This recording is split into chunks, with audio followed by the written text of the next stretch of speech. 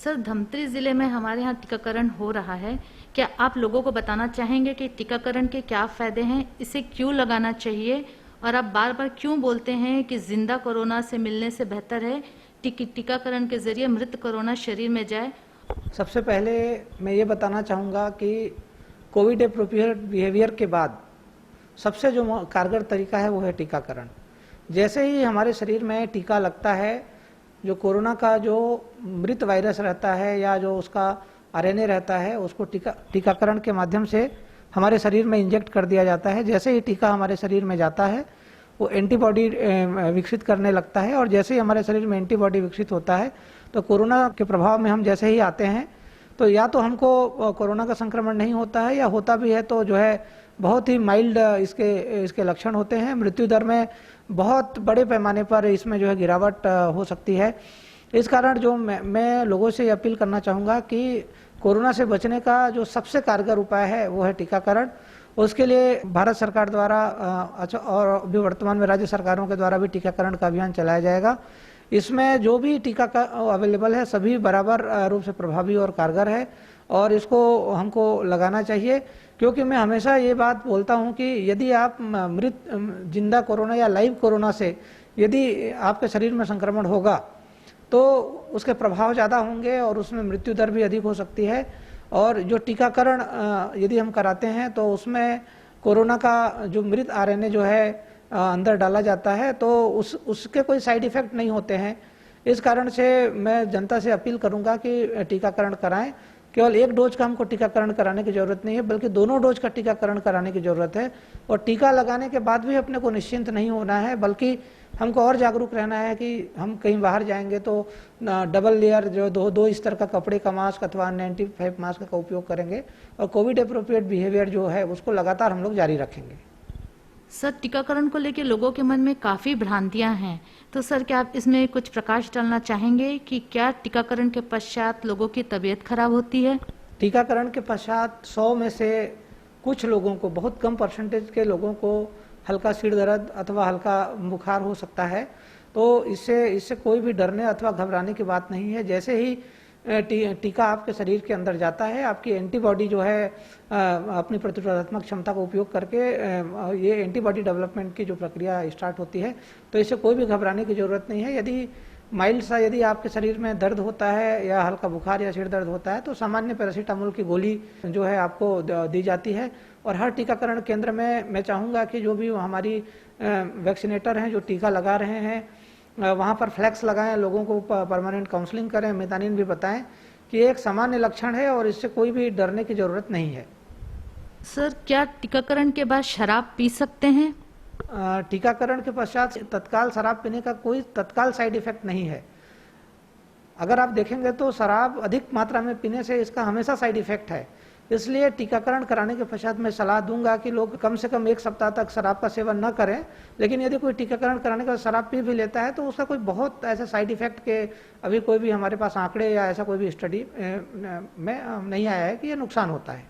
Sir, ऐसी भी भ्रांतियां हैं कि टीकाकरण करने के पश्चात नपुंसकता आती है, क्या यह सत्य है? यह भ्रांति बिल्कुल निराधार है, और इस प्रकार की जो भ्रांतियां हैं या व्हाट्सएप में कुछ मूर्ख लोगों के द्वारा जो है फैलाई जा रही हैं, और टीकाकरण का और इससे फर्टिलिटी का इससे कोई भी लेना देना नहीं है। तो मैं लोगों से अपील करना चाहूँगा कि ऐसे भ्रांति फैलाने वालों से बिल्कुल बचें। इस तरह की बातें भी कही जाती हैं कि गर्भवती माता को टीका नहीं लगाना चाहिए, इसमें कितनी सत्यता है? गर्भवती माता के टीकाकरण के संबंध में भारत सरकार ने जो एडवाइजरी जारी किया है, जिसमें ये कहा गया है कि अभी इस पर बहुत ज़्यादा अध्ययन नहीं हुए हैं, तो मैं ये कहना चाहूँगा कि गर्भवती माता के टीकाकरण से अभी पहले चरण में बचना चाहिए, जब तक एक्सपर्ट डॉक्टरों की इसमें सलाह नहीं आ जाती अथवा लिखित में कोई एडवाइजरी हमको प्राप्त नहीं हो जाता। तब तक मैं सभी गर्भवती माताओं से निवेदन ये करूँगा कि वो कोविड एप्रोप्रिएट बिहेवियर अथवा जो मास्क लगाने संबंधी जो भी है या सामाजिक दूरी का पालन करना है या कोई भी लक्षण आता है तो तत्काल हमको सूचना देनी है, क्योंकि गर्भवती माताएं हमारे लिए बहुत वल्नरेबल हैं और उनको तत्काल इलाज हमको देना बहुत ज़रूरी है। इसके अलावा क्या वृद्ध और बीमार व्यक्ति को टीका लगाया जा सकता है? वृद्ध व्यक्ति को टीका लगाने से इसके कोई भी साइड इफेक्ट नहीं है, बल्कि वृद्ध व्यक्ति को टीका लगता है तो उसकी रोग प्रतिरोधक क्षमता जो है विकसित होती है और जैसे ही कोरोना वायरस का संक्रमण होता है उनके मृत्यु दर में बहुत कमी आती है। इसी कारण आप देख रहे होंगे सेकेंड वेव में अभी जो भी मृत्यु दर आ रहा है उसमें 18 से 45 साल के लोगों की मृत्यु दर अधिक है। 45 से 60 ऊपर वर्ष के जितने भी लोग हैं उनके मृत्यु दर में ड्रास्टिकली जो है गिरावट आई है। तो कहीं ना कहीं जो टीकाकरण के जो रिजल्ट्स हैं इसी की वजह से ये गिरावट में कमी आई है। और जो लोग गंभीर रूप से पीड़ित हैं या किसी बीमारी से ग्रसित हैं ऐसे लोगों को डॉक्टरी सलाह के बाद ही टीकाकरण लेना चाहिए। अगर किसी व्यक्ति की तबीयत खराब है तो क्या उसे टीका लगाया जाना चाहिए? सबसे पहले बात तो आज की परिस्थिति में यदि किसी भी व्यक्ति का यदि तबीयत खराब है तो पहला सस्पेक्ट ये होता है, संदेह हमको ये होता है कि उस व्यक्ति को कोरोना है। तो इसलिए सबसे पहले तो ऐसे व्यक्ति को तत्काल जो है जांच करानी चाहिए। यदि उसका कोरोना की जांच अगर सैंपलिंग यदि निगेटिव आती है तो उसको तत्काल टीकाकरण करा लेना चाहिए, अन्यथा जो है रिजल्ट का वेट करना चाहिए। अक्सर लोगों के मन में ये भ्रांति रहती है कि हम तो एक बार कोरोना पॉजिटिव हो चुके हैं, तो क्या हमें टीका लगाना चाहिए? बिल्कुल, कोरोना पॉजिटिव रहने के पश्चात जो है टीका बिल्कुल लगाया जाना चाहिए। और जिस तारीख को आप का रिजल्ट निगेटिव आया है उस तारीख से आप 6 से 8 सप्ताह के भीतर कभी भी टीकाकरण करवा सकते हैं। जैसे ही आप टीका लगाते हैं उससे आपकी रोग प्रतिरोधात्मक जो क्षमता रहती है उसको विकसित करने में मदद मिलती है। यदि किसी व्यक्ति का कोरोना संक्रमण के लक्षण हैं तो क्या उसे टीका लगाना चाहिए?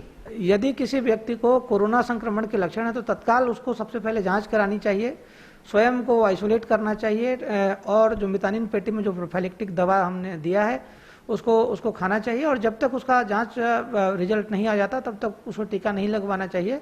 यदि जांच रिजल्ट उसका पॉजिटिव आता है तो उसको कोरोना संक्रमण से बचने के सभी दवा लेने चाहिए, डॉक्टरी सलाह लेना चाहिए और उसके 6 से 8 सप्ताह के बाद वो पुनः जो है टीकाकरण करा सकता है। कोरोना टीका संक्रमण से बचने में कैसे मदद करता है? टीकाकरण ही कोरोना से बचने का जो है एक अंतिम विकल्प के रूप में अभी तक विकसित हुआ है और टीकाकरण से निश्चित ही बड़े पैमाने पर इसका लाभ मिल रहा है।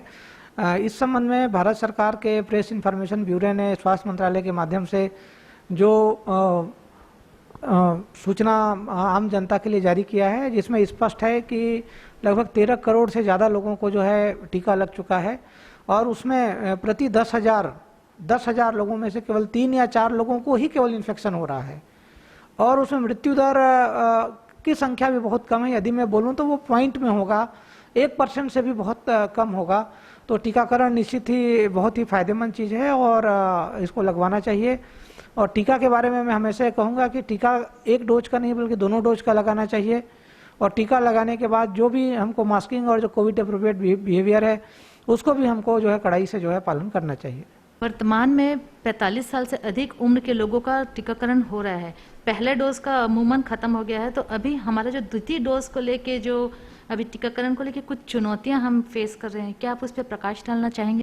सबसे पहले तो मैं अपने ग्रास रूट वर्कर को धन्यवाद देना चाहता हूं कि पहले चरण में लगभग 94% से ऊपर हमारे जिले में जो टीकाकरण हो चुका है वो उनके द्वारा जो है लोगों को समझाइश दिया गया है, काउंसलिंग किया गया है, उसी का परिणाम है। तो उसके लिए बधाई के पात्र हैं।